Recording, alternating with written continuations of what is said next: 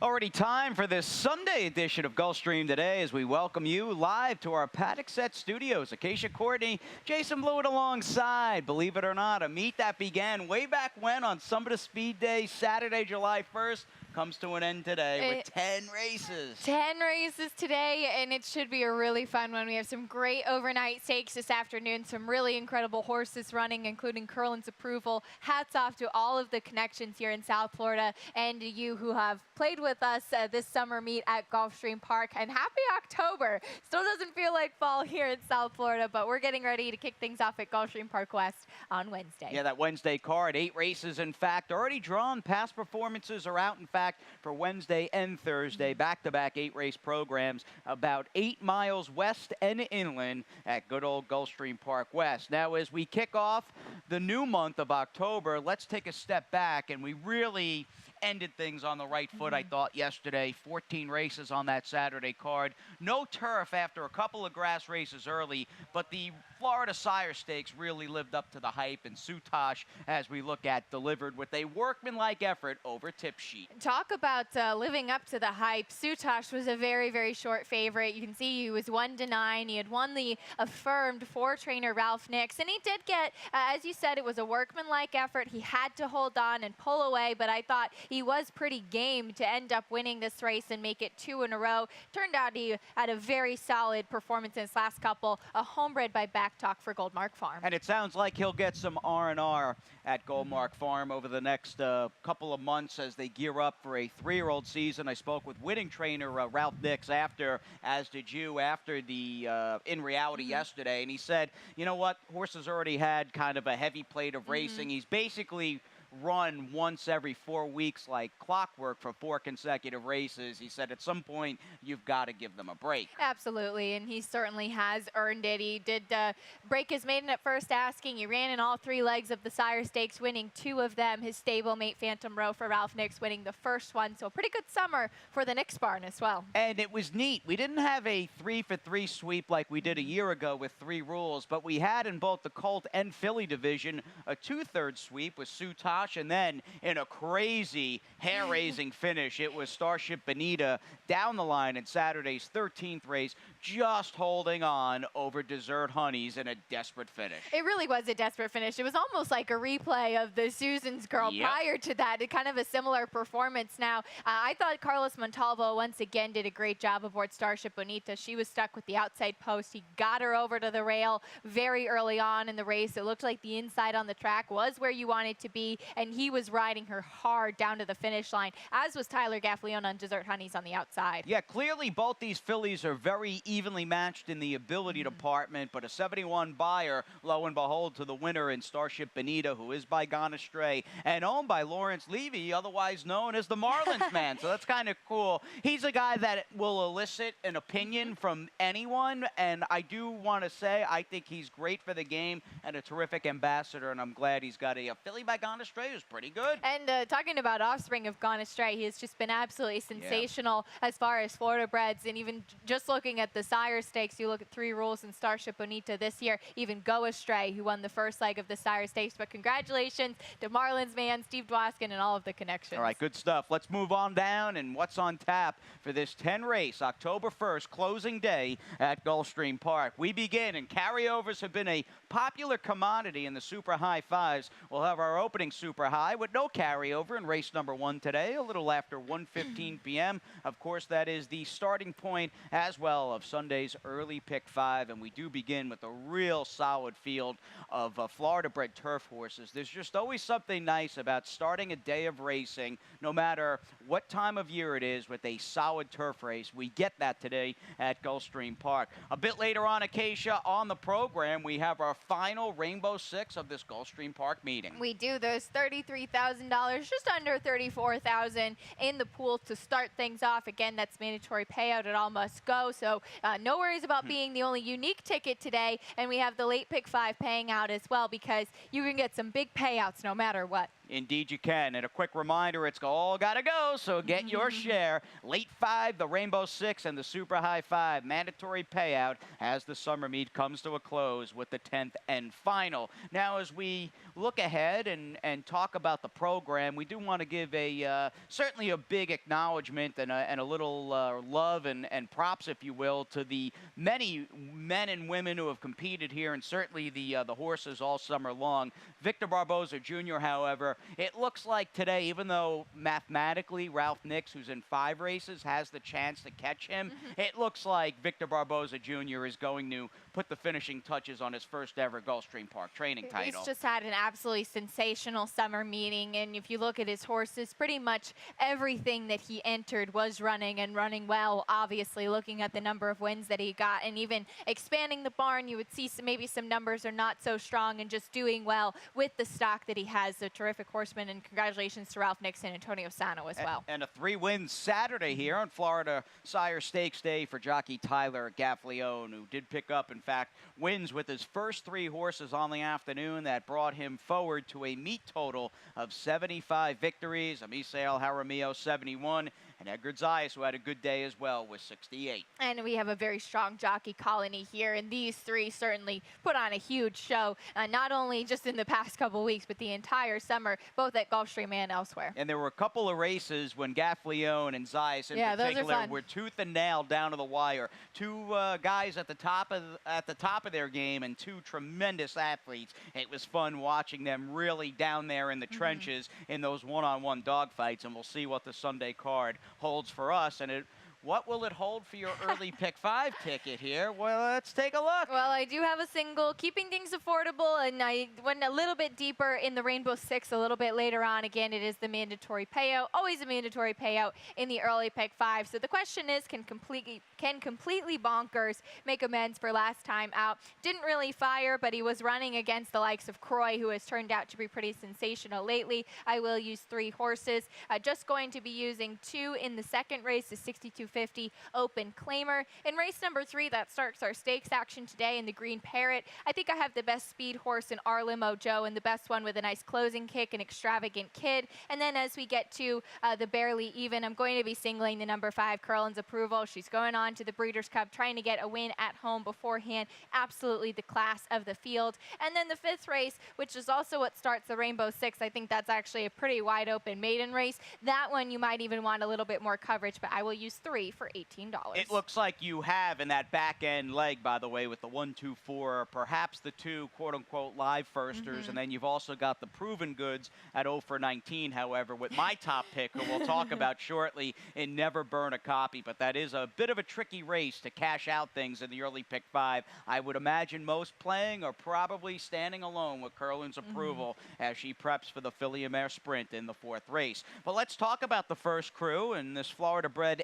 other than $16,000 optional claimer as we jumpstart this final day of racing at Gulfstream with a field of 8. And we do so with some talent in this first race, maybe completely bonkers. And in fact, at that being said, the 2 inside posts should start the conversation. Why don't we just get into it with completely bonkers, who's off the claim for trainer Ralph Zadie. And you're absolutely right. There is a lot of talent in this first race, and there's also horses coming out of very strong races. You have completely bonkers, who ran against Croy, Collective Wisdom, your top pick against Galleon Mast, who put up another really great stakes win yesterday. But that race that Croy does come out of course, he came back to win again, taking the Tortugas with an 86 and then winning in an off-the-turf race as well. That race, though, did yield 3 next out winners, and I think that this is a horse, completely bonkers, who maybe sometimes lives up to his name. Ron says it's my namesake, but we beg to differ on that one. I say it's his. Maybe it is, but first off the claim for Ralph Zadie, Tyler Gaffalione stays. I just went with this one coming out of that race. A rare off-the-claim starter on the turf for this barn, by the way. Ralph just won for his last 8. Not a big sample by any means, but maybe more of a barn we think of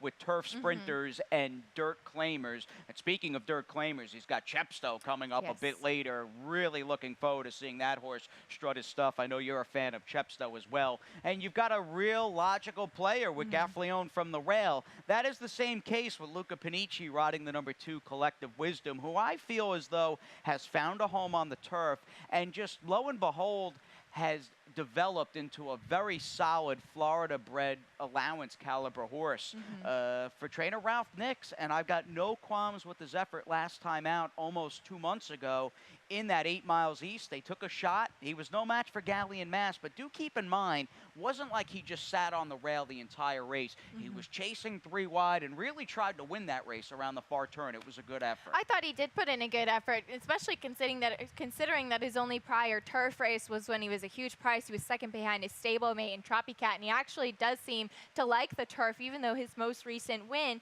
was a race taken off of the turf. That being said, I think he's moving in the right direction and has some tactical speed as well, and just fooling around is certainly logical as well. He actually finished very close, just a neck apart, completely bonkers in that Croy race. And I'll be curious to hear what you have to say about the Grinder Rupp, who's really more of a one-paced, relentless kind of galloper. He'll be making his turf debut.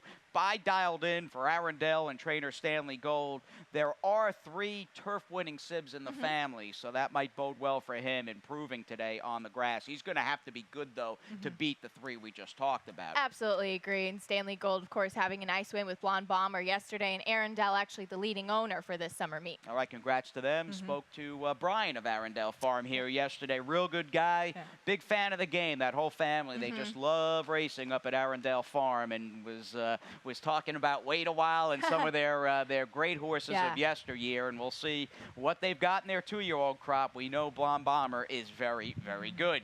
On to race number 2, 7 furlongs with this 3-and-up filly mare, 6250 claimer. I could tell in just the fact that you use 2 horses in your early pick 5 play. I think you have a better grasp on this race than I do. I've looked at this race for a while, and I came away with it's just a very tricky competitive affair, and I don't fully trust anyone per se, even though we both really respect Roraima, who I'm just taking a horse that's got speed, has got good connections, and is coming out of a fine last-out effort. It was a pretty solid last-out effort last time behind another horse in this field. Actually, the 3 I'm really something in here. I just went with a horse that had consistency. I don't think Recent Transactions is a need-the-lead type. I think that she can show speed. She can come from off the pace. I trust Edgar Zayas to be aware of how the pace scenario is shaking out for trainer Jose Pinchin. And I thought that she's been in really good form lately. She won on the slop a couple starts back, but had a win on the fast track to notch the non-winners of 2. She's already faced the Open Claiming Company last time out. Roraima has been consistent as well. Her last 2 races off of the layoff I thought were very solid. She will be forwardly placed too. So I thought that those were the 2 big players. All right, I love the post for Recent Transactions, and she's a major player and a logical player at that. Flashjack might be, in a way, the most intriguing horse because she had been a prior during the championship meet, at least for a good chunk of it, a 6250 claimer. And then she seemed to get really good here in April and mid-May, and then off those good races started to tail off, but her last may have been a step in the right direction. It did look like she showed some more zip last time. She was kind of pressing the pace. It was dropping. She was claimed. It was almost looking like a here's the for sale sign up last time out, but I do think she fits at this level. Yes, and with that for sale sign, trainer Alexis Lopez bit. We'll see how he does. He is 0 for 14 off the claim over the last 5 years. Not a huge sample, not a household name, but he'll have his work cut out from that tricky inside post going 7. Moving on to the opening of a half a dozen stakes races on this Sunday card here at Gulfstream Park. Solid field in this 5-furlong, $50,000 Green Parrot handicap. It's a case of 2 very distinct running styles, which you noted perfectly in that early pick 5. I think you're either more in the camp of the big speed out of Our Limo Joe, or you want the best finisher in the race, the number 5 Extravagant Kid, who what a ride he got and trip he got last time out with Jose Batista. It was a really impressive win in the Tam Miami last time out, and we'll show that win. He actually got the best of Brandy's girl this day, as she just has been beating the boys up a storm lately, and he is the number 4, pocketed up nicely along the rail, and as you said, it was just kind of waiting, and if we just freeze right there, again, here he is in the white blinkers. And look where Brandy's girl is, by the way. She's in the maroon cap out there. She is out here on the outside outside. And what's going to happen is that Jose Bautista is going to slip up the rail like this as we let it roll. I thought this was such a gutsy move. It really paid off. Unfortunately, Brandy's girl maybe just too wide, left with too much to do. Extravagant Kid, just the best today. It was really, as far as this stake was concerned, earlier in August, or September, excuse me, it was a case and a tale of two very different trips. I think Brandy's girl's a better horse than Extravagant Kid. I do too. And that post number 11 with her and being 5 wide throughout, essentially, really enabled Extravagant Kid to slip up inside and outgame her to the finish. Today, however, he's got to run down a legit speed horse and a more than legit foe in Our Limo Joe, who I must admit, short field aside, and even going a quick 5/8 on the turf, I was very skeptical of him last time out handling the grass, but he did so, losing a tough one to Brandy's girl. He did. As you said, he lost to Brandy's girl. He actually finished ahead of Extravagant Kid, so some of these horses in this field are pretty familiar with each other, going to the starting gate, you know, kind of catching up on what's been going on since their last meeting. Hey, moving over to GPW. Yeah, we're getting set for the October move. You know? Exactly. So I think especially with the scratch of Shaka Khan, he would have been the filly against the boys in here. I think Our Limo Joe, he's just going to be the main speed. Main speed and likely favored, especially with no Shaka Khan in the race. We'll see how he does. Of course, Ralph Zadie has the South Florida-based Peony Price looking forwards and towards a start in the Breeders' Cup Turf Sprint. We have not seen him since Summit of Speed, but he is an absolute monster. He really is. That 5 furlongs on the turf is his specialized distance, and he has been very, very good. All right, and talking about the Breeders' Cup Turf Sprint with the Ralph Zadie trained Peony Price, we now have Happy Alter, who is listed as the trainer today with his most famous homebred in Curlin's Approval. She is no doubt the box office star in this closing weekend of Gulfstream Park Summer Meet, and maybe fitting as well considering she has plied her trade so consistently and so effectively on the main track at Gulfstream Park. And her biggest win came back in that Summit of Speed when she just drilled a very good field in the Princess Rooney. 104 by her speed figure on July 1st. We'll backtrack to that race. She was the number 7 that day. She was up close. The 11 on the rail in the green colors as we let it roll from the quarter pole was Kinsley Kisses, who did set the pace that day. And I thought that Curlin's Approval just, again, so much the best this afternoon, and she ended up pulling away. She went on to try Grade 1 foes in the Ballerina after this race. A little bit trouble getting out of the gate, maybe just a little bit not on the top of her game that day. That being said, you're absolutely right. She comes back to a track where she's had 9 starts and 6 victories. This is her home base. It's her home base, and that flatters her, of course. Now, the intriguing, I think, key to this race, or at least subplot, is how cranked is she going to be? And I'd be curious, and we're assuming, you know, barring any, you know, craziness out there, it is horse racing after all. She's likely going to beat this field, even with the B-level effort. And I wonder, just the task at hand with such a classy filly, is it tough to kind of back off and then walk that tightrope of not having her too fit weeks out from the Breeders' Cup Filly Mare Sprint? I'll be curious when you talk to Happy Alter, hopefully after a winning effort. But even, again, something close to her B level will beat this field. It is amazing, though, that she's been all or nothing throughout her career. She's either been dynamite and she's thrashed fields, or she's kind of just gone through the motions. It's true. I mean, you look at her effort at Churchill Downs in the Matron back at the end of May. Didn't really fire that day. She was very impressive throughout the winter here at Gulfstream. She won the Hurricane Birdie going 7/8, and then she stretched out to win the Royal Delta going 1 mile and a 16th. I do like her 7/8. I think this is her best distance, and this is where she's going to be most solid. But it looks like this is just to build her confidence up again. Yeah, this is just a prep to get her going, and then it's out to Del Mar, where the turf meets the surf. We, of course, are going to take a little time out, and it's a perfect time to take a little breather after talking about the talented Curlin's Approval, Closing Day Rainbow 6, Late Pick 5, and a few more stakes after this. At ExpressBet, we celebrate the champions that make horse racing great. That's why we provide more ways to bet from more places than ever. We've built an entire family of brands to give players more of the rewards they deserve, give bettors the information they need to win, and provide a community for horse bettors. Because the best way to support the champions of horse racing is to champion horse racing. ExpressBet. We are racing. Coming down to the finish with Fort Arlington catch, and they're not going to catch him. He went clear at the start, and he's coming home, turning handsprings. Morlani, brilliant in the Siemens Monster. What a thriller in the Breeders' Cup Classic. Morlani gets deep, nose and nose to the wire. Morlani has won it.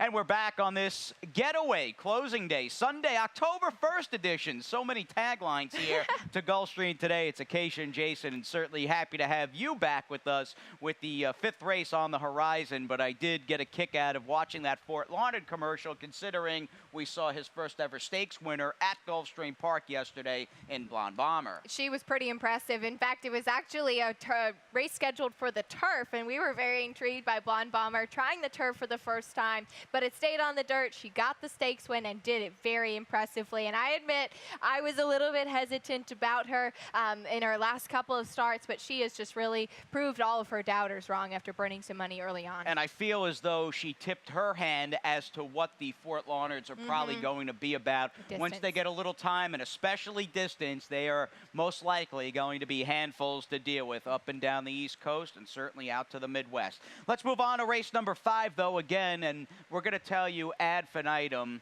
ad nauseum today. It's a mandatory payout. It's all got to go. So what are we doing in the Rainbow Six? Because I want to play today with the mandatory payout. All right, I want to play too, and I do have a single today as I try to keep it around the $50 mark. But again, everything's got to go. Maybe find some friends, put in a little bit of a bigger ticket because, like I said, you don't have to worry about being the one unique ticket this afternoon. Everything is going to be paid out. In this first leg, Jason, I said this earlier on, I think you can use a lot of horses in this maiden 12-5. I'll just use 3. In the 6th race, that is the Alabama Jacks Handicap. I'm trying to wake up Abounding Legacy, Splash Rules, and Coronado again, coming out of a very good groomstick effort. We'll use both of them as well. 7th race, a pretty nice maiden special weight. We have Todd Pletcher in here. He might be a potential single with a first-time starter by Animal Kingdom and Animal Kingston on the outside, but I will use a couple with experience as well. My single this afternoon is going to be Chepstow.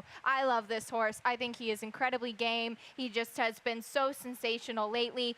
He'll be my single this afternoon. In our Captain Tony stake, I think this is a very competitive and fun betting race. You have Perfect Tay and Gautier in here as well as the Speedy to Craziness. And then in the nightcap, we close things out with the Jack Flats, another really solid race on the turf. Love Conquers for trainer Ron Spatz, who was, I think, very solid with a poor getaway from the gate last time out behind Croy in the Tortugas. Such a good effort behind Croy last time out in the Tortugas. And off that, I almost feel like Love Conquers deserves a stakes win here during this meet at Gulfstream Park. And I like his trainer, Ronnie Spatz, quite a bit. Always like seeing him on the horse path and just talking about horses in the game. So Love Conquers for me as well down the line in the meet getaway. Now, as far as this opening leg goes, I had looked around and ultimately, and I felt as though coming on the air and singing the praises, and I say this with peace and love, with a horse, a maiden who's 0 for 19, and the 2 Never Burn a Copy,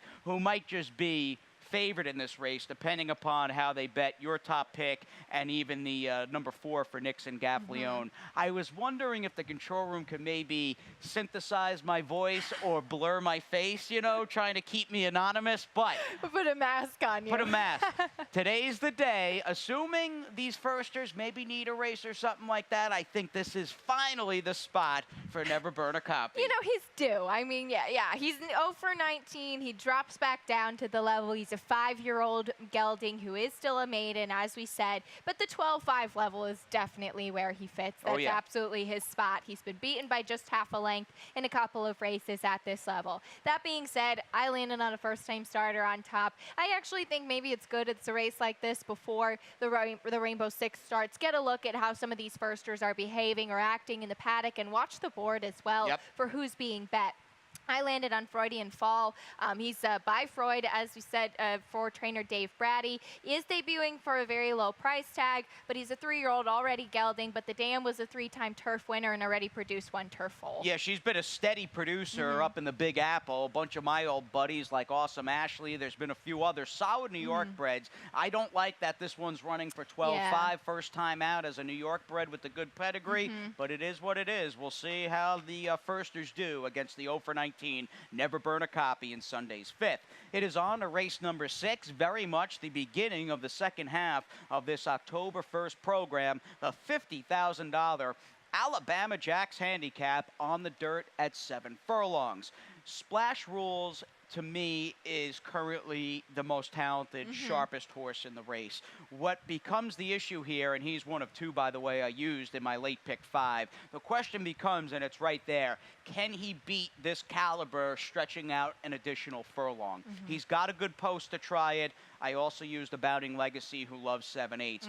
3-horse spread for me in race number 7, and it really, I feel, depends on what we get out of the Pletcher Firster, Animal Kingston. He might just be pretty good, and if he is, he's going to beat the ones that have run already, and he might be a logical single if he's a big favorite in doubles going forward from the 6th on. You could certainly take a look. Singling like you, Chepstow, who even with a lot of weight on his shoulders, he just seems to show up and he runs his eyeballs out, which I love. There's a ton of speed in our 9th race today, that 40K starter stakes, and I love that perfect K. And even last time out, that Gautier was able to rate a bit from off the pace. And in the last, it's a solid field, but there's no standout, so I'll use very much the same 3 you used, Acacia, in your Rainbow 6, and DeRocher, good old General McGoobie, otherwise known as Ron Nicoletti, and the number 8 horse, Love Conquers, in there for Ronnie Spatz. Getting back to Splash Rules, though, can he stay the 7 furlongs against a field, a good field, in which a few of the others in here have really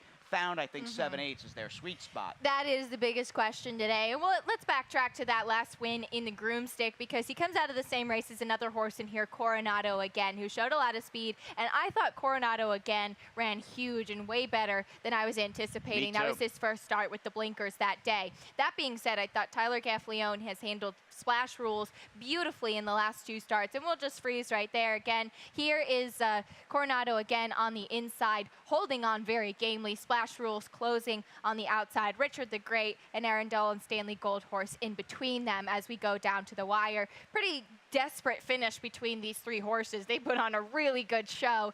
I will use both of these horses in my Rainbow 6 ticket. I'm in agreement with you, though. I worry about the 7 furlongs. Now, John Vincent, the good news there, and this is a trainer and a horseman, certainly well-known up in New England, and comes from real good stock up in the Northeast. A lot of family history and pride, and he's been doing really well. Really like consistently how his horses were running all summer long at Gulfstream. 6 months will show you his percentage, his winning percentage, and batting average of 24% with 9 victories. Splash Rules against a solid field that includes Coronado Again and a Bounding Legacy in our 6th race. Let's move on to race number 7. These are the 2-year-old maidens on the turf at 7.5 furlongs.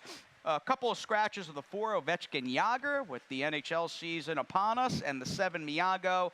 It's all about Animal Kingston here, I feel. If he is your typical solid Todd Pletcher Firster, the Pletcher 2-year-old Firster, even on the turf we've come to expect, honed to perfection with some pedigree, he's probably just going to beat these horses. It looks that way. He's a 2-year-old by Animal Kingdom, as you said. Very long, extensive work tab. Maybe you take that as a negative. I like that he's had a work here at Palm Beach Downs, gotten acclimated after working up at Saratoga on the training track, so he's gotten acclimated to the weather. The Dam's only win was an allowance race at Chantilly. She certainly had some class as well and has produced a horse that won twice on the turf. And maybe encouraging that Todd had this horse with him up at Saratoga. He usually has the A-team, even the unraced maidens in Saratoga Springs when he's there, and racing's being conducted across the street. You know, sometimes the other horses that maybe aren't as good or maybe might be fit better in B and C level maiden races, they're normally at Belmont or even Mama. So just something to point out there. Let's move on to the crew at 1 mile and a 16th in our 8th race, the Bull and Whistle Handicap. And as we start to run short on time, we'll get right into the powerhouse known as Chepstow, who vied hard last time out inside of Mal Guapo, who's been in razor-sharp form. Looked him in the eye, but still refused to let anybody by, even though he drifted far off a rail that was really live. He did, and Mal Guapo is in the orange colors. He was the 7th. They were dueling. He held with our friend Papa Pig that was closing up the rail. I thought that was one of Papa Pig's better performances. You also had Bama Bound closing, horses that have just been such hard and tough, hard-knocking types in here. That being said, I think Chepstow, who's just been putting the wins and the very solid performances all together. He's got speed and a good outside post. He's just been so good as he's out for lifetime win. Number 11, he's got that big speed. I think he's faster, and he's a much better horse on the dirt than the 8 Diamond Bachelor. And he's got to hold off the 7 Chiseled. They're familiar foes, and we've got them 1-2. It's a good race. I mean, very good. Heart and soul of the game. If you're a fan of thoroughbred racing, the crew in the 8th race, I think, really embodies what the game is all about. Race number 9 this afternoon. In fact, we end things with a couple of turf races, including this $40,000 starter stakes, in which I think you're looking at a very fast pace in this race, having My Cowboy in the mix, the number 2 to Craziness. Even the number 4, Gautier, can be up close. He showed last time he could rate. They've got to hold off everybody. Our top pick, Perfect Hay. I love that he's going to be able to close into a pace in here. I think that, yes, he had those second finishes just back to back to back, but I really do think he's an incredibly talented horse. Tyler Gaffleone going to stay aboard. Was beaten by De Craziness last time out. Maybe My Cowboy pressures De Craziness early, but De Craziness has been in very good form as well. And he's a fighter. He's been so sharp for trainer Barry Croft. Gautier, of course, for Carlo Veccareza, has been one of the best claims of the season here in South Florida, and was able to rate off the pace, something I didn't think he might be up to at this level last time out just a couple of weeks ago. And then it all comes down to race number 10, the Jack Flats, 40K in this 2-turn mile, up for grabs in the summer meet finale. Love Conquers. Boy, did he lose a tough one last time out. Picks up Gaffleone, and why don't we take a look at that? Well, very quickly, we'll show it. Unfortunately, he was at the back of the pack early on. We'll show the race number, or he was number 3 that day, as he kind of hops and plops out of the gate, turned his head early on at the back of the pack. Widest of all, closing late. He was beaten by Croy, who, as we know, has gone on to be a very, very good horse. Freeze it quickly. Here he is closing on the outside as we roll down to the wire. And he's looking to make amends for that performance. He had 2 wins in a row prior to that. I thought it was a huge race in his very first stakes performance. He's really at the top of his game for Ron Spatz. Ron's got Mo Cash on the sidelines, or it may be taking a little rest and recovery, but he's got Love Conquers in a good spot, along with DeRocher and General McGooby, who are both must-uses, too. This is a really fun race to cap things off and to close out our Gulfstream Park summer meet, and we'll see who makes the best of it in the finale. Sounds good. We'll have Ronnie all day from our set here right outside the walking ring with all of you, and the big man, Pete Aiello, standing by with those closing day scratches and changes.